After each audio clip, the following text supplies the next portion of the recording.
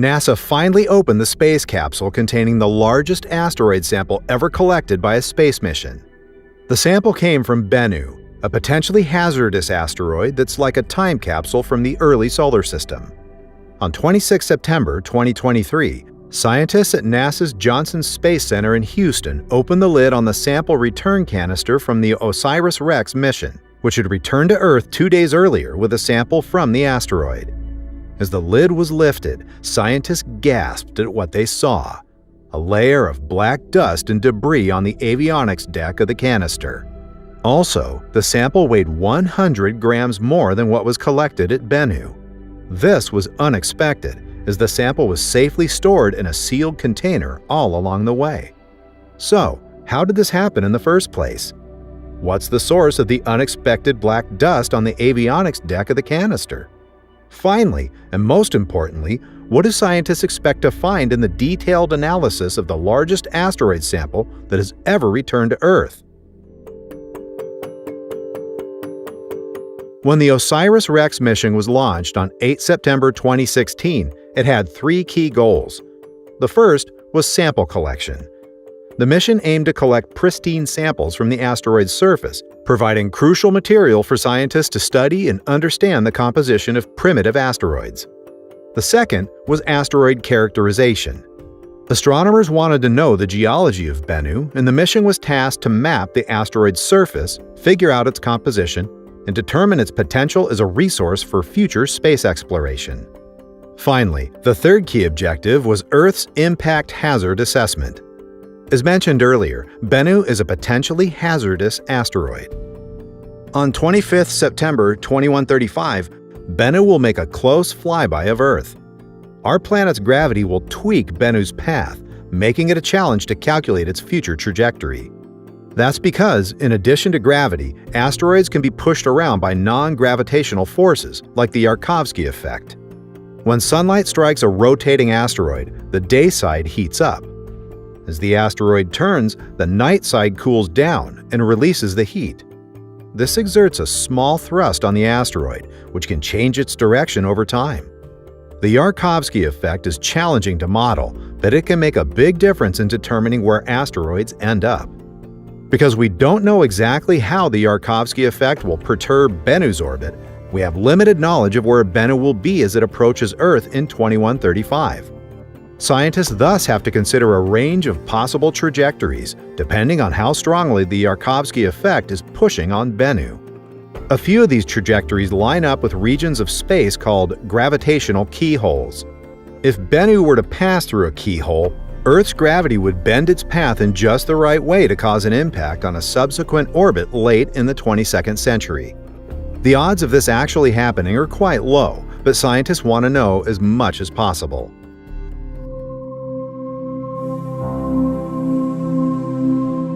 The journey to Bennu was a 2-year, 4-month voyage.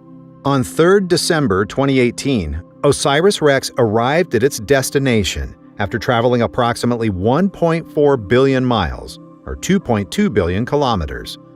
It entered orbit around the asteroid, initiating a series of surveys and mapping activities to select the optimal site for sample collection. The most thrilling phase of the OSIRIS-REx mission was the sample collection event, which occurred on 20th October 2020. The spacecraft used its touch-and-go sample acquisition mechanism, or TAGSAM, which briefly touched the surface to collect the sample.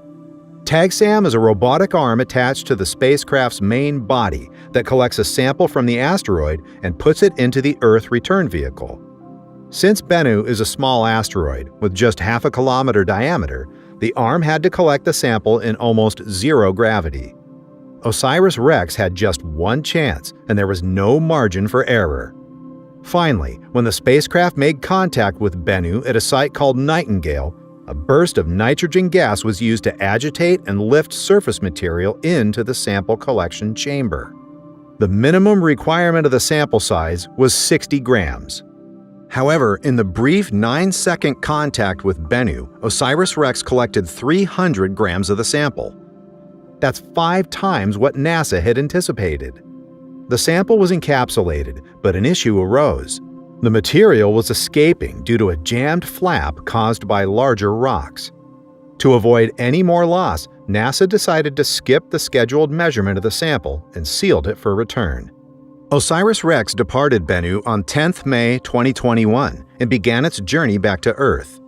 After almost 2.5 years, on 24 September 2023, the spacecraft reached Earth's vicinity and released the capsule containing the asteroid sample. The capsule entered our planet's atmosphere at a speed of 12 kilometers per second and deployed a parachute to slow down its descent. The capsule landed safely at the Utah Test and Training Range, where it was recovered by NASA personnel. A couple of days later, scientists at NASA's Johnson Space Center in Houston opened the lid on the sample return canister from the OSIRIS-REx mission. They were met with a sight that both surprised and excited them.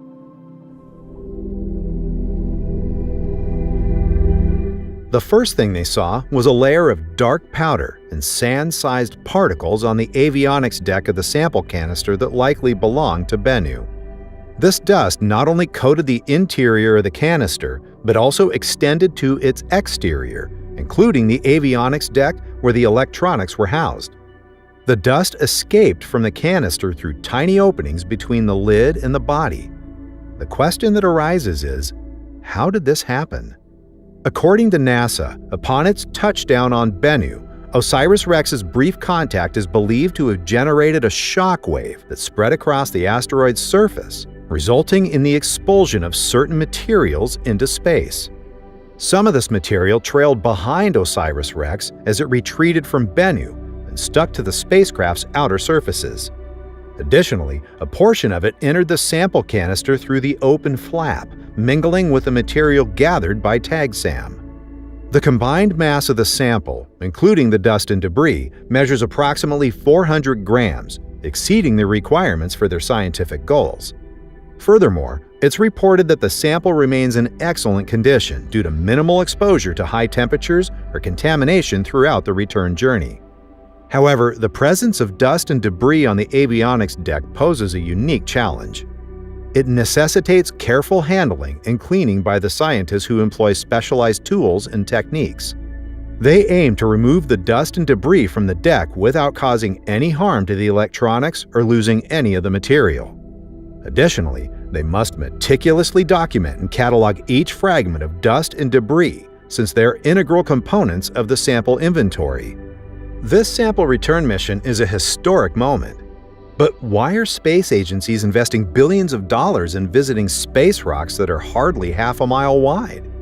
Well, that's because asteroids are time capsules. They formed in the early solar system when the planets were still forming. Asteroids comprise the same materials the planets are made of, but have not been processed by plate tectonics or other geological processes. This means they can preserve a record of the early solar system not found on Earth. For example, scientists have found that asteroids contain various organic molecules.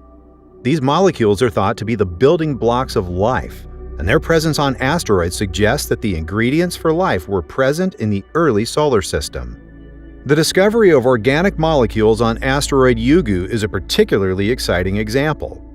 Yugu is a carbonaceous asteroid, which means that it is rich in organic material. In 2020, the Japanese spacecraft Hayabusa 2 returned samples from Yugu to Earth, and scientists have since analyzed these samples and found a variety of organic molecules, including amino acids. Amino acids are the building blocks of proteins, which are essential for life. This hints at the possibility that life's ingredients might have arrived on Earth via asteroids in its early history. The next phase of the OSIRIS-REx mission, now renamed OSIRIS-APEX, will focus on studying asteroid Apophis. Apophis is a near-Earth asteroid roughly 1,100 feet or 340 meters in diameter. It'll make a close approach to Earth in 2029 and is estimated to have a 1 in 150,000 chance of impacting Earth in 2068. OSIRIS-APEX will arrive at Apophis in April 2029, just a few months after Apophis's close approach to Earth. The spacecraft will spend 18 months studying Apophis from orbit. During this time, OSIRIS-APEX will use its instruments to image and map the asteroid, study its composition, and measure its size and shape. The OSIRIS-APEX mission is a critical step in our understanding of near-Earth objects and the threat they pose to Earth. The mission's data will help us better protect our planet from asteroid impacts. Recently, the James Webb Space Telescope revealed the secrets of Earendel, the most distant single star ever seen in the universe, lying at the edge of time. If you missed what Webb found out, make sure to catch up on this exciting discovery.